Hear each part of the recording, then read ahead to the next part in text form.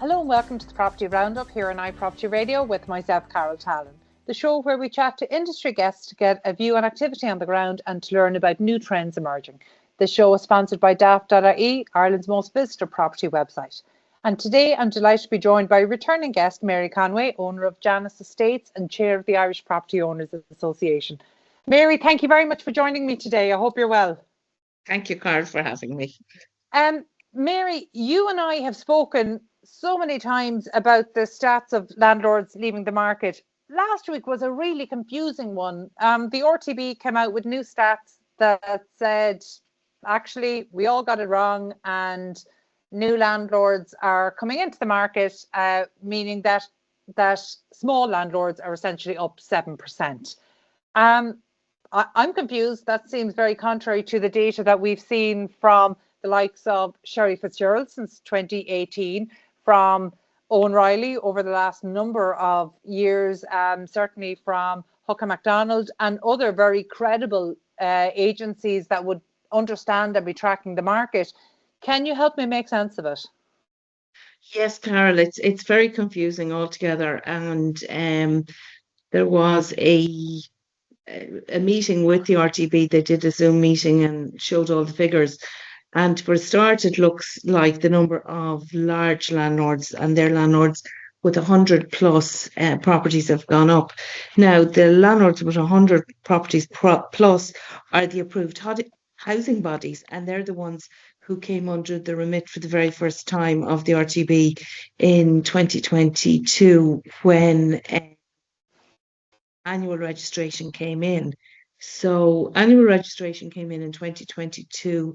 The figures that were presented last week were from Q2, I think, 2023 onwards. Now, anybody who is in the industry and had tried to register a tenant in the first couple of months, probably the first 8 months of the registration, had great difficulty getting them registered because of the online portal, and some of the data that was existing appeared to have disappeared. So I'm not entirely surprised that the numbers are up, but I think it's more a case of that the data has been more accurately reported than it was previously. And then the other thing is that there's a new requirement with tax returns with Form 11 that has to be ticked to say that you're registered with the RTB. And say for a couple that had that are being jointly assessed for tax, and one of them was getting the tax credits over the other, it may only have been one landlord that was registered with the RTB, but now if they're jointly assessed for tax, the two people's names have to be registered on the system. And if multiple people own a property, there's multiple new names going down as the landlord, but it's actually still only the same property. So I think it will take some time for the data to be analysed properly and know exactly where it's going and what's happening. But, the estate agents on the ground who are selling properties day after day know that landlords are getting out of the market. The central bank figures for mortgage for buy to let, I think, is pretty non-existent. So I don't think we can rely on one set of figures. That's a really interesting one about the requirement there in terms of Form 11. So essentially, the RTB figures, when they were recording a 7% increase, was that on the number of landlords as opposed to the number of tenancies? Yes, I think so. That's my understanding of it, but I stand corrected. Okay. Well, if indeed that is the case, that would reconcile some of that, because it just didn't make sense when those figures came out. And I suppose I'm very conscious that I've been following and analysing and reporting on the property market for a decade and a half. So I suppose to me, having data is quite a recent thing. So I remember lobbying and championing the property price register. Before that, we didn't even have the record of property prices. We were completely dependent on portals for listed and sale prices, which could be strategically high or strategically low. It wasn't really helpful. So I think when it comes to understanding the data, and I know the government under Housing for All and the Housing Department has really made great strides in trying to share and interpret and then report data, on an ongoing basis. But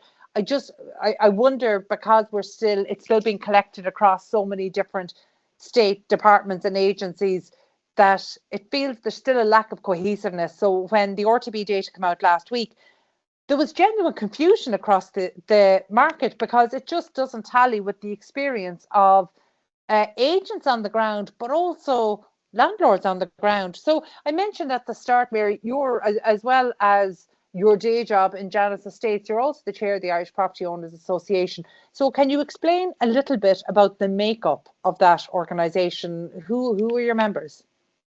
So we have members up and down the country, pretty much every county, and they may be property owners with one property, they may have multiple properties. A lot of them would have been in the market for a very long time. They bought a property with a view to having it as a pension at a later stage in life. As they get older, instead of holding on to it for their pension, a lot of them are very nervous. The rent pressure zones have basically killed new investment into the market, because if an investor, a property owner, is selling property at the moment and it is rented well below market value, another investor is unlikely to purchase it unless there's something like a very low BER, or they can extend the property to bring the rent up that way. So what's happening is properties are leaving the market, and the owners are getting out. They said they've had enough, and in the most part, it's first-time buyers that are buying these properties, and it's great to see first-time buyers getting a step on the ladder. But the property may have accommodated 3 or 4 people, and it's now been occupied by 2 people. And you just see on some of the social media as well, there's so many families that would normally have been accommodated in social housing, but because social housing wasn't built, they went into private housing and got homeless assistance payment, and the landlord is now selling up and they're becoming homeless. So it's really, everything's going around in circles at the moment. But yeah, and it seems like the government has in recent years made all the right noises towards recognising the role of private landlords, and both institutional and non-institutional private landlords in the market. But the policy doesn't reflect that at all, So even where all the right things were being said, and so there was a great expectation there about 2 years ago in the budget, what did landlords get to maintain them in the market? Was it like a fridge allowance, €500 or something ridiculous? Yeah, it was a fridge allowance, white goods, because white goods, when they're purchased up to that, you had to write them off over 8 years. Last year, what happened was there was a €600 per property owner allowance, but you had to keep the property. It was 600 for the first year, but you couldn't get it until the end of the first year, and then I think it went to 800 and went to something else. But you have to keep the property basically for 5 years. So at this point in time, it equates at €11 a week. Now, I'm a property owner, and I'm one of the people that were hit by the tracker mortgages, and my mortgages went up by multiple hundreds, actually thousands in some cases, per month. So €11 a week really isn't going to keep me or many other landlords in the market.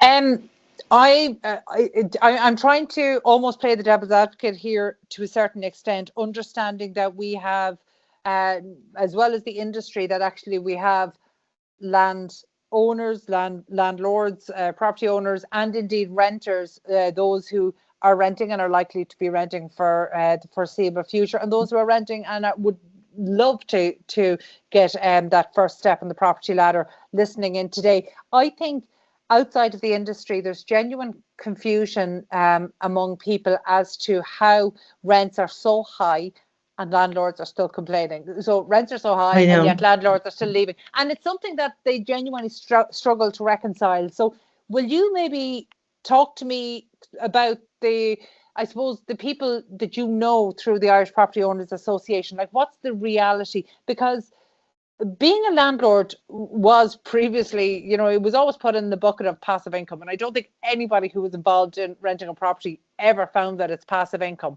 But it has definitely changed in the last number of years. So explain to me why, even though rents are exceptionally high, record high, and not showing any sign of slowing down, why landlords still don't want to rent their properties. I think in a lot of cases, people don't understand that the property owner has actually taken out a mortgage to buy the property, and they've taken out money to refurbish it. Their costs are quite high, and then the rents are seen to be high. But if we just take an odd figure of €2,000 a month for a rent, you could have a mortgage that's 1,500, 1,600 on that. And then there's the day-to-day expenses. If it's an apartment block, you'll have a management fee, which now can range for a 2-bed apartment, anything up to 3.5. In one instance, I know it's £6,000 a month or £6,000 a year. And then you're paying up to 54% tax on the rental income as well. So for a lot of landlords, even though the rents are very high, there's actually very little at the end of the month. Now, you can actually say, okay, but you're getting a property paid down. And yes, that is correct. But a lot of landlords I know are in fact subsidising their tenants because the mortgage and the tax and all the expenses isn't being offset by the rental income coming in. And there are a lot of landlords who are stuck with, they've had really good tenants. They don't want the tenants to leave. They didn't want to upset the apple cart by putting up the rent. Then the rent pressure zones came in, and they weren't able to put the rents up at all in a lot of cases. Like, there's one lady I work with, and she has some fantastic houses around the city, and her average rents are €800 a month for a 2-bed house. Now, she's in the unique position is that her properties are paid for, but for the most part, a lot of landlords are very tightly squeezed, and that's why they're leaving. That particular landlord, I mean, what would that be at €800 a month for a 2-bed house, depending on the part of Dublin? Would that be 2.5 times below what probably a new tenancy coming to the market would be? Yeah, probably. Yeah.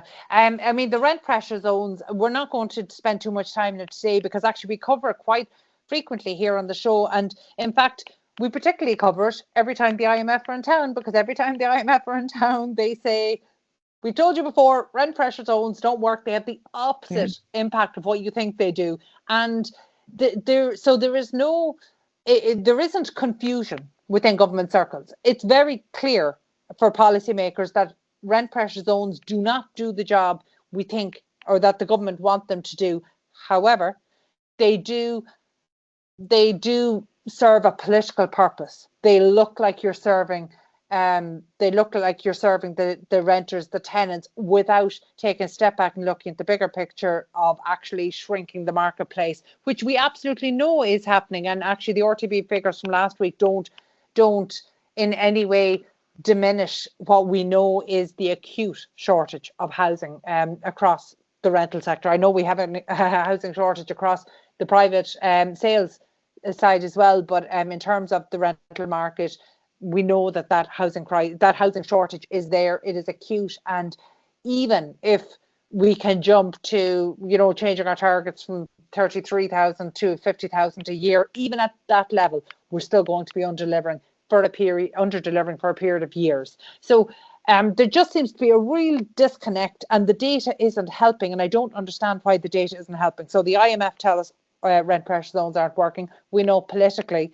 there isn't an appetite to change that, and quite frankly, if a different party comes into power, that's not going to go in the direction of landlords or the private rented sector. So actually that's storing up arguably a larger problem. But what are the other issues at play here? So we have a budget submission, or we have a budget coming up in the next month. what do landlords want, knowing that the policy is what it is, the political positions are pretty entrenched in this? Is there anything that can be done, or did the RTB figures and the way that they were positioned last week, did that mean that actually the government is going to say, hey, we've no problem in the private rented sector, we don't need to do anything? Yeah, I think that's the approach they're going to take.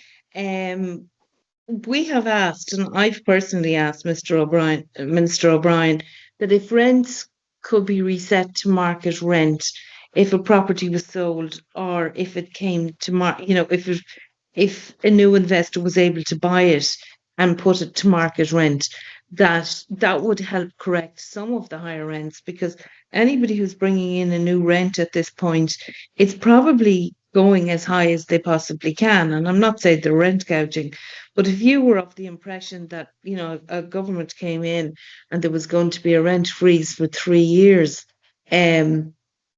most people will see what they can get at this point, knowing that there might be squeezed later on. Another issue for our members is that every tenancy since 2022 is that all tenancies are of indefinite duration. And while that actually sounds great, that if you go into a house, you can never be put out, it leaves property owners a bit nervous, because if you're putting somebody in, and with the delays at the moment, if they stop paying rent, realistically, they can live in your property maybe 1 to 2 years rent free, while you have to meet the bank repayments and everything else, because it takes so long to get a hearing and to get an eviction through the RTB. So the main issues really for our members at the moment would be the rent pressure zones and the indefinite tenancies. And we would like a bit of flexibility around the indefinite tenancies. If migrant workers are coming in for 2 or 3 years to work, they should be able to get a contract for that period of time, rather than there's only, I'm sure you're aware, there's 6 reasons that you can terminate a tenancy, that you're moving back in, that you're going to sell, it's no longer suitable for needs, it's overcrowded, or there's antisocial behaviour. So the Residential Tenancies Act came in 2004, and there's been, I don't know, I think the last time I counted, there was 56 different changes to it. Really, we need to sit down and look and see where Ireland is at this point and our rental needs, and look at revising the Act and making it a bit more user-friendly for everybody. And the RTB work is determined by the Act. So if the Act isn't correct, for want of a better word, the RTB are trying to work around that as well.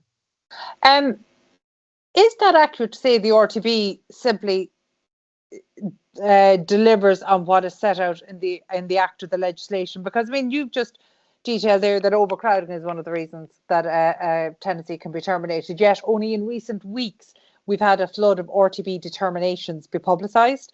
And quite frankly, there's no level of balance there. They are not balanced. They are absolutely pro-tenant. They are absolutely anti-landlord. And even in the instances where there are clear and recognised and acknowledged breaches of the tenancy by the tenant. So, for example, I'm thinking of one case, the notice to terminate a tenancy for a family of 6 living in a 2-bed apartment without the owner's knowledge was held as to be invalid.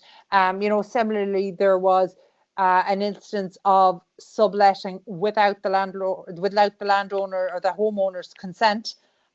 Similarly, found to be invalid. So actually, what we're really seeing is that the tenants can breach the Act, landlords can't, and in any event, it's going to come down on the part of the landlord, of the tenant, and against the landlord. So actually, we don't have that level of balance. But is that just a simplistic view of it, or what's your experience? Because I know you deal with this not just for your own properties and for your members within the Irish Property Owner Association, but also for your clients across Janus Estates. Yeah, I mean, I've had some interaction with them. I've found on the few occasions that I've had dealings with, and it was mediation rather than anything else, that it worked very well. The difficulty was getting getting to mediation in the first place, and the delays, it could take 6 or 9 weeks, and you're trying to get something sorted out straight away. I suppose it all depends on the quality and the experience of the mediators as well, and then the quality of the information that they're getting from the landlord and from the tenant. So it's all overly complicated. And I think property owners are getting out because they feel that the whole thing is getting a bit too stressful and a bit too complicated. And yes, there is the perception that the RTB is tenant friendly, where it's supposed to be for everybody. There's a whole new culture of subletting going on. And I came across this personally last year, where I rented a house for one of my clients in good faith to somebody who I checked out and seemed absolutely okay. And then I found out that he had sublet it to somebody else who was subletting it to somebody else. So a lovely 6-bed house, was butchered. They put up a false wall, and it was a 6-bed house, and they were putting, I think, 11 or 12 people into the house. Now, I would have huge issues with this. We managed to get them out fairly quickly and got the lock changed. Like, who's paying tax on this? How insured is it? The tenants don't have any rights under the RTB because obviously it's not going to be registered.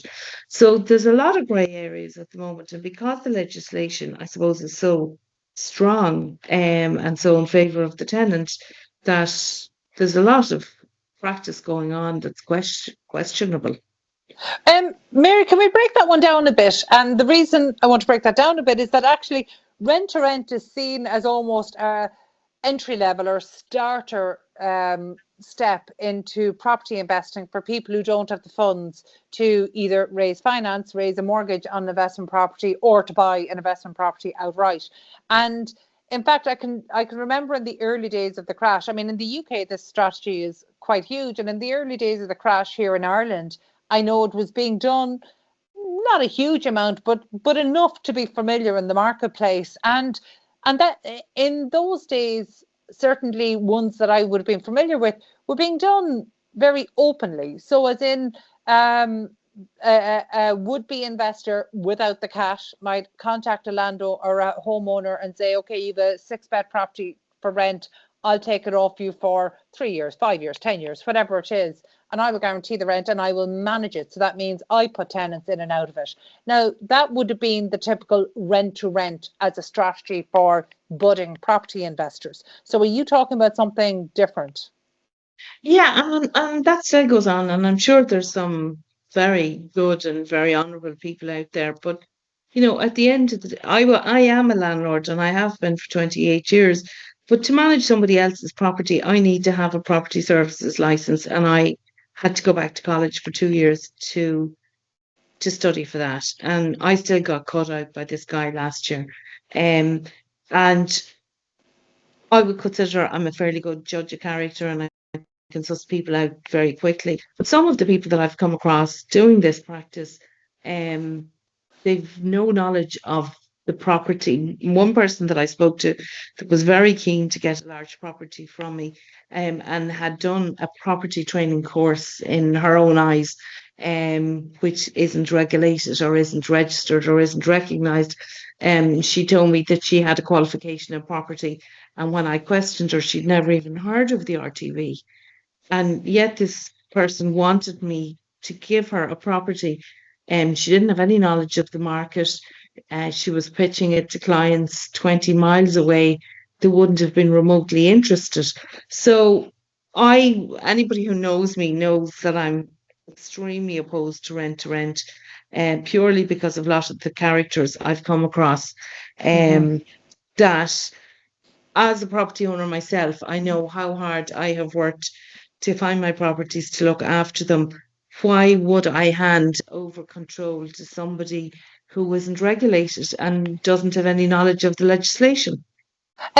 Mary, on this, you talked about this new culture of subletting that's kind of creeping into the Irish marketplace now.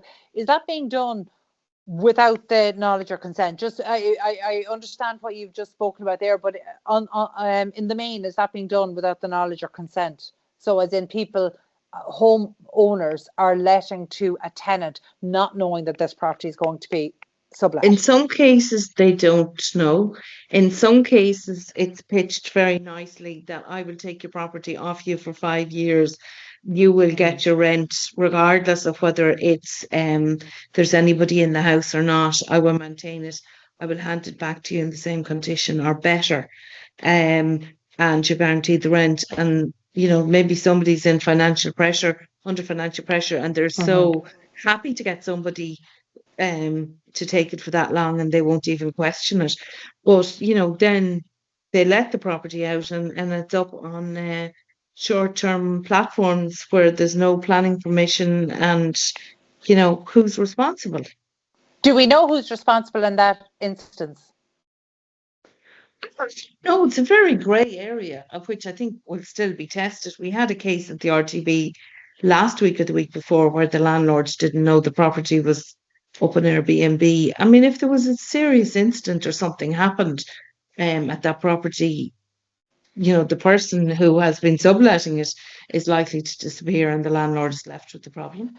The one you're referring to in the RTB, if it's the one that was reported across the Irish Times there and within the last 2 weeks, I think in that particular instance, the person, there was another name being used on the Airbnb platform, but actually they were able to track that the complaints that were listed on reviews on the short-term letting platform tallied with the request that came in to the landlord for repairs. Yeah, I saw that.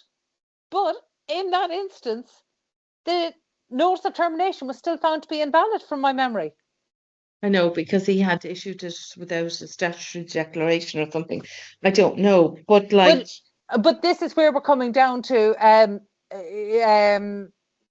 who is the RTB serving? If you can illegally and demonstrably, as accepted by the RTB adjudicator, be illegally subletting, but you're allowed but that practice continues because a finding that the notice of termination wasn't served on the right day or whatever technical reason. So that just feels like a very unfair approach. But look, there's no point in getting bogged down in that today, unfortunately. But I do think that there's a larger question. RTB is a fit for purpose. Who does it serve? How do we get that measure of balance? And if it continues to be so unbalanced, actually, my background in law has definitely taught me, and the 2 years or the 2 decades after that in and being involved in policy has really taught me one thing, and that is good people will always find a way around bad policy. And we see that through judicial reviews when the community were essentially shut out of public consultation and community engagement for local development. And we saw this corresponding rise in judicial reviews. So if the RTB continues to be so blatantly one-sided in their determinations, I just wonder how good people will rise up to address that bad policy, essentially, because we're seeing it through people leaving the marketplace. But that feels like a very incomplete way. The reality is that there are people for whom having a second property is a strategic investment for them. It's something that's important to them. And I actually, that's something I wouldn't mind getting just some insight and an update on. The last time you and I spoke on air, Mary, you were updating me on the stats for landlords who own 2 or fewer properties. So what's the most recent stat that we have now? Oh, I don't have them to hand. You see, there was a whole lot of thing about the accidental landlords, and the accidental landlords were leaving. They might have been, say, that somebody that bought an apartment when they were single, and then they met somebody and they decided to get married, and the place wasn't big enough, so they went somewhere else and they kept it. But I think most of those accidental landlords have left at this stage because they may have been out of negative equity and came up. We're in the middle of doing a survey with our owners at the moment. our members of the association. So I'll come back to you with the exact figures that we have in that. But for most people, I think it's only one or two properties. I know going back about at least, well, maybe 18 months, the figure was as high as 87%. So it would just be really interesting to see what those stats are now and if they tally maybe with the RTV, because again, I think, and actually one of the things I'm going to do after this is actually look and take some time to interrogate the RTB figures from that were released last week a little more carefully and check to see if that 7% increase that they ran with in terms of the headline is for new tenancies or the number of new landlords, because I think that's a really interesting distinction, because I wasn't familiar with that change under Form 11 and how that revenue is recorded. So I think that's a really interesting one to look at, which I'm definitely going to check out. In the short term, I mentioned there that we do have a budget coming up in the next month or so. On behalf of the Irish Property Owners Association and your members there, is there a budget 2025 ask of the current government? Well, we know that a lot of our members are getting out of the market because their families aren't interested in taking over because the inheritance tax is so high. It's quite different to farming, where you would pay a lower inheritance tax. So we'll be looking at inheritance tax and see how that works out. Okay, very good. Again, I think this is going to be an interesting budget, just given the stage of the political cycle that we're at, the political expectations for the month after, and maybe the 4 or 5 months after that. It'll be an interesting one, but I think last week's PR approach taken by the RTB is probably not going to be helpful for landlords in the marketplace today, particularly one-off landlords or non-institutional landlords. But again, we'll wait and see. I suppose in the meantime, Mary, thank you so much. You're always a mine of information, and I really appreciate getting kind of those insights from the property owners on the ground, because there's so few sources to be able to do that. So I always appreciate you being so generous with your time. That was Mary Conway, owner of Janus Estates and Chair of the Irish Property Owners Association. My thanks as always to Katie Tallon and to the production team at Hear Me Roar Media, and also a huge thanks to our show sponsor, daft.ie, Ireland's most visited property website. And thank you indeed for tuning in. We'll catch you on the next episode of the Property Roundup. In the meantime, please be sure to check out all of the other Irish and international real estate and construction shows here on iPropertyRadio.com.